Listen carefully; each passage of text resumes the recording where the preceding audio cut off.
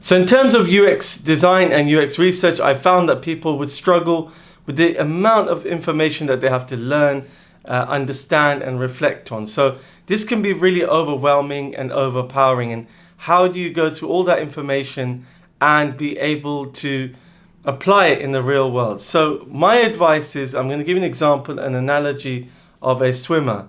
So if you think about a swimmer, and I remember reading something about a swimmer that needed to swim the English Channel from the UK to France, and it's about 26 miles. And they asked him, how do you swim 26 miles? And he said that I do it in only a piecemeal system in my head, i.e. what I do is I only think about the next stroke and the next stroke and the next stroke. I don't think beyond the next stroke. And in the same way, when you're preparing for your career in UX design or UX research, you need to think about breaking things down into tiny tasks. So for example, let's say you're starting with discovery. You're learning about discovering a UX design problem, i.e. the problem statement. What is the problem we're trying to solve? So it might be an app where people are dropping off and they're not actually completing the purchase. So you're trying to discover that problem. You're going to break that down into your discovery phase. So first you're going to have a workshop with your colleagues and say, right guys, what do you think the problem might be? So you get their feedback, you write that down. So that's one thing to discover, study and research. Don't worry about the whole UX design process or the UX research process.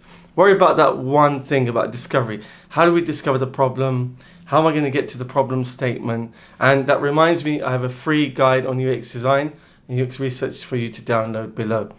So once you've looked at all that area, problem discovery, and that moves on to UX research, researching the problem, listening to the users, and then it goes on to finding and booking your participants for your research. So if you break it down like that, just like the swimmer, one stroke at a time, it'll be a lot easier to take in all that information. If you struggle and you try to do too much at once, it's going to overwhelm you, stress you out, and I don't want you to lose hope or give up on your dreams. And so many people do give up before they get to become a UX designer. And I don't want that to happen to you. If you really want to be a UX designer or UX researcher, it's very, very possible.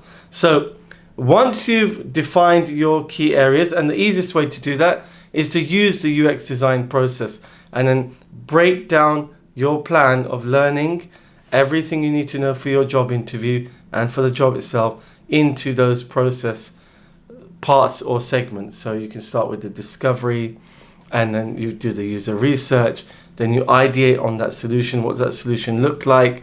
Then you're going to go into working with the UX designer if you're a researcher, or if you're the UX designer, you're going to start prototyping and do sketching. And then you're going to deliver that and share it with your colleagues, and then go live with it with the public. So you're going to show it to some users and get some usability testing done to see how it works. So all those parts of the UX design process, you can break that down. You could say it's a month on each you're going to take, or 2 months if you're working full time. And don't worry about the time it's going to take. It's fine. It can take, well, I know some people have got into UX design in 3 months. Others I know that got in 3 years. So it doesn't really matter. Time is not the issue. It's about getting to where you want to get to. It might take you 3 months, 6 months, 9 months, a year or longer. And that's fine. Everyone has their own pace of learning. Everyone has their own personal conditions, situations at home, family issues, bills to pay, rent to pay, living arrangements, whatever it might be. So all those things will affect the time it will take you to complete this whole journey. So don't worry and don't compare and despair. So don't think, oh, he or she got in earlier than me, or they're already a UX designer. Don't compare, just focus on yourself. That's the best way you're going to get to succeed in this.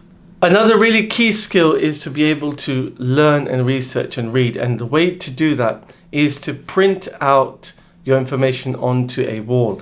And why does that help? When you wake up in the morning, you see it on the wall. When you're eating, when you are just sitting around, you see the process on the wall. You'll see what discovery means on the wall. You can create headings or acronyms like A, B, C, D, PRT, whatever it might be that you want to highlight. You can put that in headings, in acronyms. So if it's the discovery phase, you might write down W for what is the problem, P for problem statement, and that's WP. It's easier to remember that way. So you might be driving the car or walking and saying WP, WP. And that will remind you of what the discovery phase is. So what is the problem?